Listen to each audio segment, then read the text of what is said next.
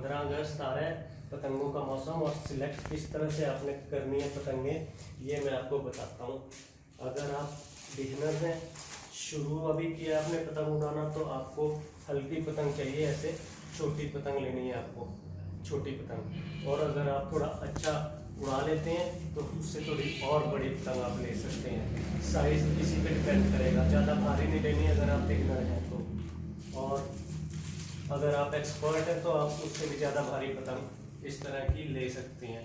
और कैसे आपने ये सिलेक्ट करनी है पतंग, ये बड़ी है पतंग, ये छोटी है, और इससे ये सबसे छोटी ये वाली पतंग है। तो इसमें ध्यान रखने वाली बात क्या है, आपने ये शेप इसकी देख लेनी है पहले, तो ये फटी ना हो कहीं से। और दूसरा, इसके जो ये तीले हैं, ये वाला तीर है जो इसका अड्डा है ये, और ये जो कमान है इसको आपने चेक करना है। ये बिल्कुल गोलाई में होना चाहिए, बिल्कुल बराबर होना चाहिए, कहीं से भी ये मोटा पतला नहीं होना चाहिए। अगर मोटा पतला है तो आपकी पतंग इधर उधर घूमेगी। इसको मोड़ के भी देख सकते हैं। अगर ऐसे ये सारी की सारी पतंग बिल्कुल बराबर ही सलवट ले रही है तो ठीक है। अगर कहीं से एक साइड से कम या एक साइड से ज़्यादा सलवट ले रही है तो उसमें कोई ना कोई दिक्कत है। तो आपने ऐसे मोड़ के देख लेना है कि ये सारी एक तरह से ही घूम रही है, दोनों तरफ से बराबर है। ठीक है फ्रेंड्स, इसकी गोलाई चेक कर लेनी है और ये बिल्कुल बराबर होना चाहिए। अब बात कर लेते हैं बीच वाले तिल्ले की, इसको अड्डा बोलते हैं या तीर भी बोलते हैं। इसको देख लेना है आपने कि ये बिल्कुल सीधा लगा हुआ हो, ऐसे घुमा हुआ ना हो थोड़ा सा भी। ऐसे देखोगे करके तो आपको पता लग जाएगा कि ये सीधा है या नहीं। अगर इसमें कहीं गोलाई है तो इसका मतलब इसमें कोई ना कोई प्रॉब्लम है, वो आपको पतंग नहीं लेनी।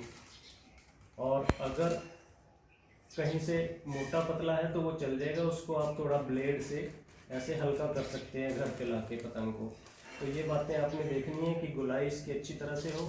थोड़ा मोड़ के देख लो और इसको ऐसे करके, ये आवाज़ आपको अच्छी आनी चाहिए, फड़ की आवाज़ आपको आनी चाहिए। ये इसका मतलब आपकी पतंग बहुत अच्छी है और बैलेंस भी आपका बनेगा। अगर आपने पेचा लड़ाना है, ऊपर रखते हुए जाना है पतंग को, तो थोड़ी भारी पतंग सिलेक्ट करोगे आप।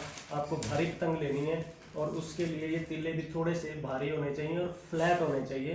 देखो जैसे इस भारी पतंग में ये तीला बड़ा है और हमें साफ दिख भी रहा है कि ये फ्लैट भी ज़्यादा है। देखो ये फ्लैट है, इसको भी हम मोड़ के भी देख सकते हैं।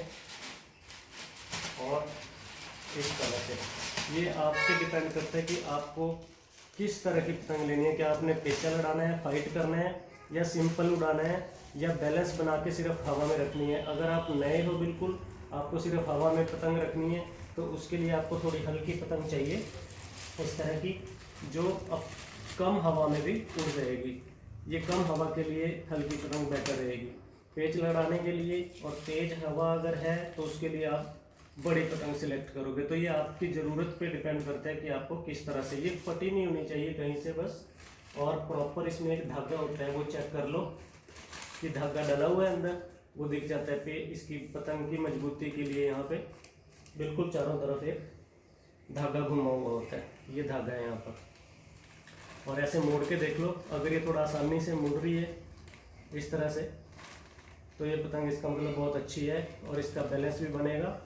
और अगर ये नहीं ऐसी हो रही है तो इसका मतलब है कि वो पतंग कहीं ना कहीं घूमने वाली है, और घूमेगी तो आपसे संभलेगी नहीं। इसी तरह से बड़ी पतंग को आपने चेक कर लेना कि ये अच्छी तरह से मुड़ रही है ढंग से, ऐसे आवाज़ भी साथ में दे रही है। तो इसका मतलब ये है कि आपकी पतंग जो है वो प्रॉपर तरीके से फाइट करने में भी और उड़ाने में भी आपकी मदद करेगी अच्छी तरीके से। तो ये और फ्लैट जो तिला है वो देखो, इस पतंग का बिल्कुल साफ हमें नजर आ रहा है कि ये फ्लैट है बिल्कुल और बराबर है। अगर नहीं है तो आप ब्लेड की मदद से इसको बराबर भी कर सकते हैं। तो फ्रेंड्स, ये है टेक्निक जिससे आप पतंग सिलेक्ट कर सकते हैं।